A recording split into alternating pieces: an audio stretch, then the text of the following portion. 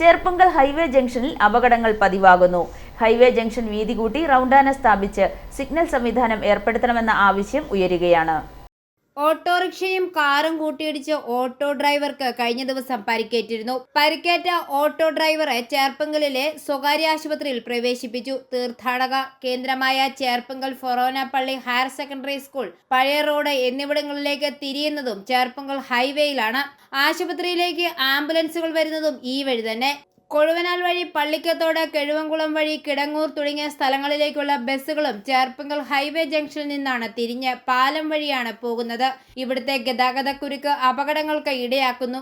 ഗതാഗത നിയന്ത്രണത്തിന് മാർഗങ്ങളില്ലാത്തതും ചേർപ്പങ്കൽ പാലം കടന്നെത്തി പ്രധാന റോഡിലേക്ക് കയറുന്ന വാഹനങ്ങൾക്ക് പാലാഭാഗത്തേക്ക് വന്നു തിരിയുന്ന വാഹനങ്ങൾ കാണാൻ കഴിയാത്ത വിധം റോഡിൽ മറവുള്ളതും അപകട സാധ്യത വർദ്ധിപ്പിക്കുന്നു. ഹൈവേ ജംഗ്ഷൻ വീതി കൂട്ടി റൗണ്ടാന സ്ഥാപിച്ച് സിഗ്നൽ സംവിധാനം ഏർപ്പെടുത്തണമെന്ന ആവശ്യം ഉയരുകയാണ്. i4A news, Pala.